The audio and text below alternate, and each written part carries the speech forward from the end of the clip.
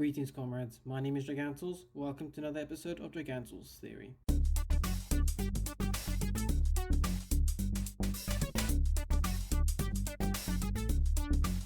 So I'm going to be continuing on from my last year's video for last Christmas, in which I said I was trying to make a video talking about why the traditions around Christmas aren't pagan. However, that video got too long, so I split it in half, and I'm going to do the second half this year. This year, I'm going to be focusing on the development of the character of Santa Claus based upon Saint Nicholas, and just explain why, even if you celebrate Santa Claus over Saint Nicholas, why that's not necessarily meaning you're pagan. Because there's definitely a lot of strange arguments out there, and I'm going to explain them to you here. So the first claim is that Santa Claus was apparently based off Odin. Odin was worshipped as part of the pantheon in Germany, or the Germanic area, and Scandinavia. So what apparently happened was the children of this area would fill their stockings and shoes with carrots, straw, or sugar for Odin's 8-legged flying horse, I believe its name is Sleipnir, to eat whenever he flew by. And Odin would reward them with sweets and gifts. And then later on, the church adopted this pagan mythology and based it around St. Nicholas instead. However, there's actually no evidence for this claim at all. There really isn't. You can look throughout the literature, nowhere was this ever practiced. The only time Odin really came down to earth was when he wanted to cheat on his wife. So, yeah, I Saw Mommy Kissing Santa Claus definitely has a new meaning if that was based upon Odin. But that doesn't mean that Odin is the only pagan source of inspiration for Santa Claus. Instead, apparently there's a claim that Santa Claus was actually based upon a grandmother cult around a pagan goddess called Pascha Epiphania. And Pascha Epiphania is also named Befana, but I'll get around to that in a minute. And apparently Pascha Epiphania was based upon a pre-Roman occupation alpine goddess called Perchta. Perchta, her character, was like a judge, and so she would punish those who broke the rules and reward those who followed them. The story goes that apparently during the 12 nights of Christmas, or the 12 days of Christmas, so December the 25th up to the 5th of January, she would go into the houses of people, and all the good servants and children would find a small silver coin in their shoe, and all those who were bad would be gutted and filled with straw and pebbles. That escalated quickly. Now, this intrigued me, so I decided to look up this Pascha Epiphania and see if this is true. And I can tell you that there is no evidence to suggest that Pascha Epiphania is related to Perchta, nor was Perchta active during the 12 days of Christmas. Pascha Epiphania came later. Another thing to point out, Pascha Epiphania. This is meant to be although it says pre-Alpine, based upon the pre-Alpine Perchta apparently, Pascha Epiphania is meant to be an Italian goddess, okay, by the grandmother cult. Here's the thing that I found when doing this research for this video. And also, oddly enough, my Easter video. Let's look at the name Pascha Epiphania. What does the name Pascha Epiphania mean? Pascha is the Italian version of the Greek word Pascha. Pascha is the Greek version of the Hebrew word Pesach. Pesach is the Hebrew word for Passover. As for Epiphania, Epiphania is a Latin version of the Greek word, and let me try and pronounce this correctly, Epiphanine. Sorry if I pronounce this wrong. It's Epiphanine. Now, Epiphanine means reveal. So what happens if you put these two words together? You get Passover reveal, because this is another name for the celebration of Epiphany. So it relating to the 12 days of Christmas does make sense, because the 12 days of Christmas are the celebration between the birth of Jesus and the 3 wise men coming to visit him. Although I read that apparently it took the wise men over a year to get to Jesus, but the point is, Epiphany is meant to be about the revealing of the Passover lamb, who is Jesus, to the 3 wise men. And the 3 wise men, they are historical individuals, yes, but they are also symbolic of the 3 sons of Noah, Shem, Ham, and Japheth. I hope I pronounced those names correctly. That's usually why, when it comes to dividing up the wise men, we say, okay, one's from Asia, one's from Africa, and one's from Europe.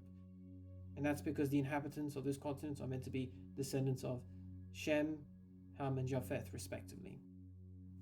So the revealing of the Passover lamb to the first Gentiles, that is the whole point of the celebration of Epiphany. and that's what makes Pascha Epiphania so important in the Christian holiday. Does the name Pascha Epiphania, did that influence Christianity, or does Christianity influence the name of Pascha Epiphania? We've concluded that Pascha Epiphania is actually a Christian name, it relates to the early church, and so we find that this goddess, Pascha Epiphania, was based upon Christianity. In a similar way that Sol Invictus, the cult was approved by the emperor and his feast day established to try and oppose Christianity, which may have worked to a degree, because there are references to Pascha Epiphania later on in literature, and there is some evidence to say that the cult of Perchta did survive. So the name Pascha Epiphania itself isn't necessarily pagan or wrong. It's actually based upon a combination of Italian, Greek, Hebrew. And as I said, there's no apparent connection I can find that really makes it possible to compare Pascha Epiphania and Perchta. Although apparently Pascha Epiphania also goes by another name of Befana, and this may be more familiar for those of you who are Italian or know of Italians or have Italian relatives. If this Perchta is Befana, then she disappears from around 218 BC, this record, all the way up until the mid-1500s AD, which means that she was missing for almost 1,700 years. And I tried to speak with some Italians on Facebook to get an idea about her character, just trying to understand her better. And they all said the exact same limited amount of information. Although one of them did offer to give me a spaghetti and meatballs recipe, which I found like the most Italian thing you could do. It was brilliant. I should really find that recipe again. Anyway, so what they told me, and from what I gleaned from comparisons of Befana and Perchta, is that the only real connection between the two of them, other than maybe just in the same Italia region, is their appearance, really. So Perchta appears in two forms. She's either young and beautiful, or she's old and ugly. Whereas Befana is old and ugly. So Befana goes around flying on a broom and she rewards people, but she doesn't punish anyone. And that's really the only connection between Befana and Perchta that I could find. This definitely smells like either a piece of Hislop work or someone who was definitely inspired by him, because there's no this is insufficient evidence to draw conclusions or to draw comparisons between these two characters. Although now, for some reason, people seem to think that Befana and Perchta are both personifications of Epiphany. The first Epiphany that I can find that was celebrated was in 361 AD, which was 500 years after Perchta was either suppressed or started being suppressed, or really her cult about it. But the earliest reference I can find to Epiphany actually goes as far back as 200 AD, and possibly even earlier. It also doesn't make sense, because if this Alpine goddess and Befana are in Italy, the actual tradition of Epiphany originated in the East. In fact, if you were ever wondering why Epiphany is celebrated on the 6th of January, it actually relates back to Jesus' birth. I told you before that the Feast of Atonement, when John the Baptist was conceived, was on the 25th of September. 6 months later is the 25th of March, when Jesus was conceived, and then 9 months later, on the 25th of December, he was born. Now, the 25th of March, calendar-wise, is quite close to the 6th of April, which is believed to have been the day when Jesus was crucified. And it's this same, in a sense, closeness between these two dates that actually inspired the date of Epiphany. Because as the conception of Jesus occurred on the 25th of March and his crucifixion was on the 6th of April, Christmas is celebrated on the 25th of December and Epiphany is celebrated on the 6th of January. So we have the conception and the birth on the 25th, and then we have the revealing of the Passover lamb and the sacrifice of the Passover lamb on the 6th. That's actually where we get the date from. And in regards to this time of the year, I can't find any evidence that Perchta actually had a feast day or something, or even an extended period of feasting in relation to her in this part of the year. I can't find anything. So to focus on St. Nicholas himself, to try and understand how people can apparently see connections between him and these pagan goddesses who apparently disappeared for hundreds of years before he even existed, we need to look at how people saw his character in history. And St. Nicholas, other than the fact that he punched Arius in an ecumenical council, was known for many other things. For instance, he was known for his generosity. There were 3 women who had a very poor father, and he couldn't afford dowries to basically hand them off in marriage to live good lives. And he was slowly being forced into selling them into prostitution so that they could have some sort of life and he could have some sort of life as well. St. Nicholas, however, heard about this and that night he threw a purse full of gold through their window, so that no one would know it was him doing this. When they woke up in the morning, the man took the gold and used it as a dowry for his first daughter to be married. The second night, St. Nicholas returned and threw another purse full of gold, in which when they woke up in the morning, the father was then able to marry his daughter off with the second dowry. However, he was getting a bit curious as to why this was happening now, so he actually stayed awake the following night to see who it was that was giving him this gold. And he ended up meeting St. Nicholas. Like, you would imagine a kid staying up all night to meet St. Nicholas. Oh no, a father who almost sold his children into prostitution to try and have some sort of living for them was the first person to catch St. Nicholas. So he ended up seeing St. Nicholas and realizing he was the one who was giving him the gold. And he thanked him a lot for this. Okay, he was really glad for this. And he promised not to tell anyone. And this was a tradition for a long time in the East. Instead of leaving out stockings, they would leave out purses for St. Nicholas to fill. Over time, this purse would be replaced with socks and shoes, and then eventually special socks, which would become the Christmas stocking, which we find a reference to in 1823. Now, some people claim that this is tied to Befana, and there's two accounts they try and prove this by. The first account was that apparently Befana met the Magi, and I hope that's how you pronounce it, okay? She met the three wise men, and she pointed them towards Bethlehem when they asked where to find it. She was too busy cleaning her house to go with them. However, she later felt guilty and went after them following the star of Bethlehem. And she was carrying a bucket of baked goods and gifts to give Jesus, but she never found him, so she instead gave them to children in the area. Another version of this is a bit weirder. Apparently, she lost a child of hers and started going a bit crazy, and when she heard about the wise men going to see Jesus, she thought Jesus was her own child. So she went to visit him and gave him gifts. And Jesus, as an infant, apparently made her the mother of every child in Italy. Which doesn't make a lot of sense, this story, as to why some random woman in the Middle East would be made the mother of all children in Italy. And unless she was already in Italy and she flew over there on a broom or something. But then why were the wise men in Italy? That's quite the detour. And this also sounds like a ripoff of the Blessed Virgin Mary as a mother of, well, as our spiritual mother. When I try and do more research about this Befana character, I cannot find any other information about her that doesn't relate her to Christianity or a post-Christian origin. So we can't really prove that she was actually connected to a pagan cult, because if this Befana really is from Perchta, the pagan goddess, there's no evidence to suggest that they were connected over those 1,700 years. There's none at all. If this grandmother cult thing really was absorbed into Christianity, then it's not exactly a global thing. This is just a thing local to Italians. I've never seen this Befana character outside of Italy. I've never heard about her until I did research for this video last year. And there's not enough evidence to suggest that this is in any way related to St. Nicholas. We actually have historical evidence for St. Nicholas in a church in Bari, Italy, which, strangely enough, seems to be the origin of this Befana cult. So if anything, Befana was based upon St. Nicholas's actions and a bunch of maybe folk traditions, and not St. Nicholas's stories based upon her.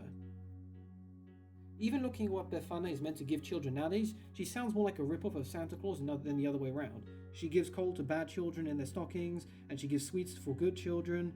There really is no connection to Perchta, or even this Pascha Epiphania, which the name Pascha Epiphania, I can't find any proof that this was actually a pagan goddess anywhere. And even if it was, why was it named after a Christian event? I can't find any evidence that Befana and Pascha Epiphania are somehow related to Perchta. There's no evidence at all. The one claim that people do make is that Perchta changed into Diana, which then changed into Befana. But this is flawed for a very important reason. The Romans apparently celebrated Diana on the first 6 days of the year. But someone, when writing this, didn't clarify what calendar they were using, because this would then mean that Diana was celebrated January the 1st or March the 1st. This apparent connection in timing is a bit strange, because how is Diana like Jesus being presented in the temple? And I already explained the origin of the date of Epiphany being based around Christmas, which is based upon the conception of St. John the Baptist, which is based upon the Feast of Atonement. Now, St. Nicholas has developed substantially over the years, but for the majority of Christianity and Christian history, he's remained pretty much the same. The reason why we see Santa Claus as a big fat man in red is thanks to the Anglicans. When Henry VIII broke away from the Catholic Church to form his Anglican Church, he changed the way Santa Claus was depicted. And he made him appear as a large man in a green or scarlet robes with fur on them. And yes, there was a red Santa Claus before Coca-Cola. Trust me, I fell for that as well at one point. But really, Santa Claus appeared in red long before. And St. Nicholas, over time, became associated with the spirit of good cheer at Christmas, along with peace, joy, good food, and wine and revelry. So he became less of a generous saint and more of a character of enjoying yourself, really, at Christmas. The feast day of St. Nicholas is actually on the 6th of December. The reason why we see him associated more with the 25th of December is also thanks to the Anglicans, who shifted the celebration of his feast day onto the 25th to make it coincide with Christmas and their celebrations. So the reason why we have St. Nicholas associated with Christmas has nothing to do with the Catholic Church, okay? It's the Anglicans. The Anglicans are to blame for that, especially because the Anglicans would influence the British Empire, which controlled quite a significant portion of the earth and influenced it. The reason why we leave out food for Santa relates to the Great Depression. Even in a time where people were starving and didn't have much food, they wanted to show their gratitude to Santa for their gifts, and they felt that being charitable, even if they had almost nothing, was good. And they're right. If you're poor and you give to other people, then you're really showing a spirit of charity towards them. As I said, St. Nicholas was a generous man. And so this idea of giving food out as gratitude for him and giving food to others is probably one of the few accurate associations with St. Nicholas. Santa Claus, in Dutch, means Sinterklaas. And this would eventually be, in a sense, Englishized, whatever. Mutilated is probably another good word for it, into Santa Claus. And that's where we get the name Santa Claus from. Santa Claus from Sinterklaas, from Saint Nicholas. The association of Santa Claus with reindeer began in the 19th century, in which there was a poem called Old Santa Claus with Much Delight, which describes him with a sleigh and reindeer. And in the famous The Night Before Christmas, these reindeer were named and Santa Claus's appearance was described. He would be known as Kris Kringle in parts of the US by 1845, and then the addition of Mrs. Claus would appear in the mid-19th century, although it was mostly popularized by 1889.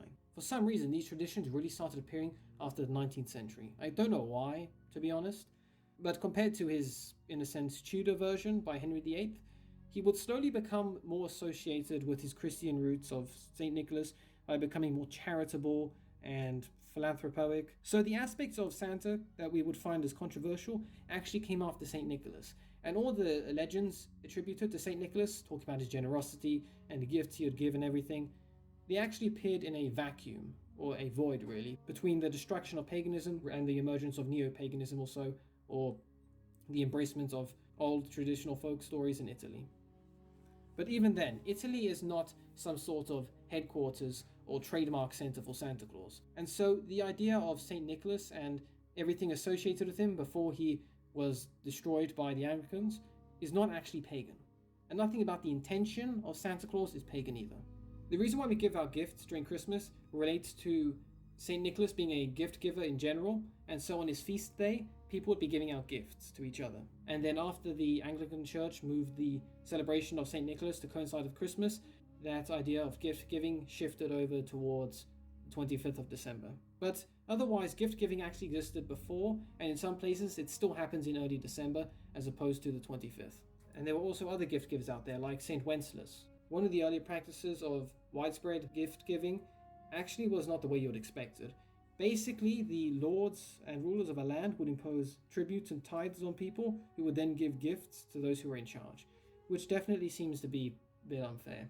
After the Reformation, gift giving became more associated with children, and in the 19th century in the US, this practice of gift giving would become also quite important because apparently parents didn't want their children to go out on the streets and encounter drunk people on Christmas. Thanks to the poem The Night Before Christmas, we see that gift giving had already been associated by 1823 to December the 25th. Unfortunately, this would become rather commercialized by the 20th century.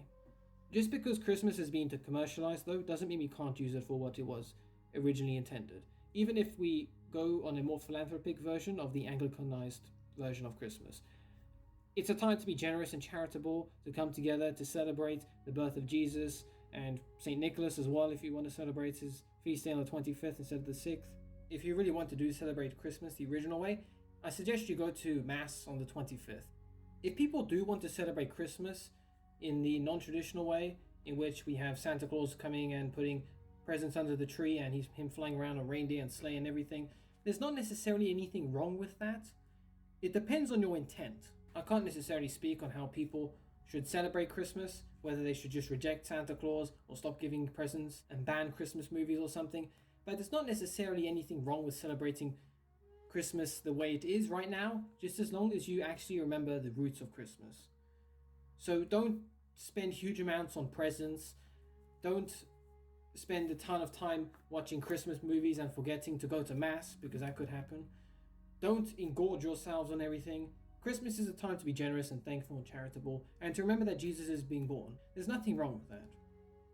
Just don't abuse the holiday. Don't abuse its original meaning. Don't forget it. And you should be fine, really. Some fundamentalists may come forward saying, why are you celebrating Christmas? You shouldn't celebrate it. It's not in the Bible. And there's actually a lot of problems with this argument of theirs.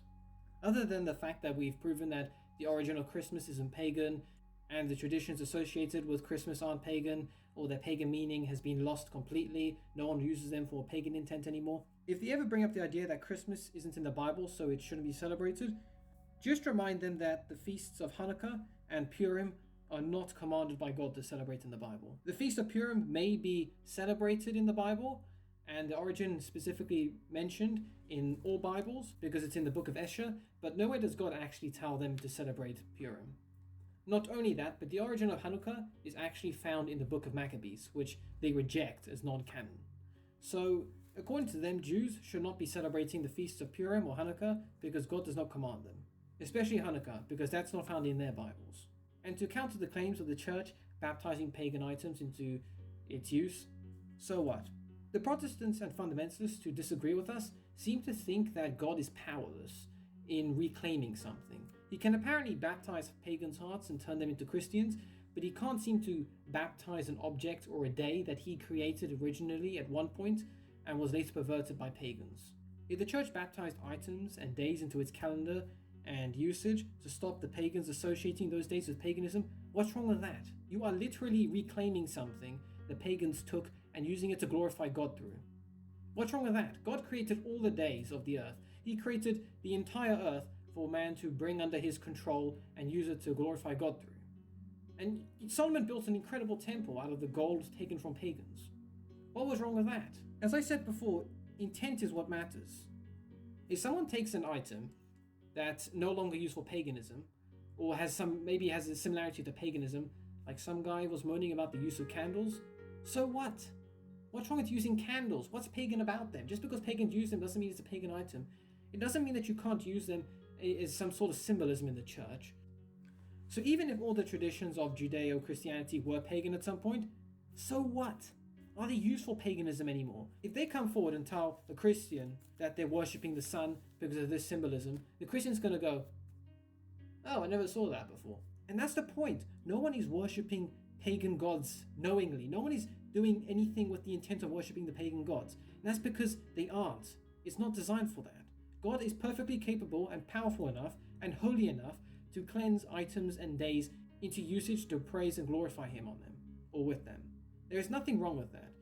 No one in the church is associating items with paganism except people who definitely don't have a life, and those that lack faith in God to the point that although they know that he can cleanse hearts, he apparently cannot clean an inanimate object. Which is a bit weird, since I can wash my cutlery every day in the sink to make it clean, but apparently God is unable to clean an item of pagan usage. The fundamentalist depiction of God is very weird. And we know this perversion can be undone in terms of people, because Abraham was brought out of the Gentiles, and David took a huge amount of gold from the pagans so that Solomon could use it to build the temple. There's nothing wrong with objects, days, or items. There really isn't. It depends on intent. And it depends on how they glorify God. So long story short, Saint Nicholas is not pagan. The stories associated with him are not pagan. Connections of his stories to apparently pagan deities are fake. There is no connection between Befana and Perchta. Pascha Epiphania has never existed as a pagan goddess, which should be pretty obvious considering it's both a Christian and Jewish name in terms of the origin of the words in it. The later traditions associated with the character of Santa Claus were not original. They came along much later, and you can still glorify God through them and celebrate Christmas as long as you have the right intent and glorify God through those items and the days and the usage. nor is the date of Epiphany pagan either. But that's it for this video. So if you like this video, please do give it a like. Please do share my videos, and please do comment on what you think of them, and any other videos you want me to do. Please do subscribe to my channel so you can see more of this content, and please do ring the bell so you can keep up to date with my video releases. Next episode, not sure what I'm going to do for my Gigantos theory videos, but I'll find something for you. So God bless you all, have a Merry Christmas, see you in the next video, comrades, and until then.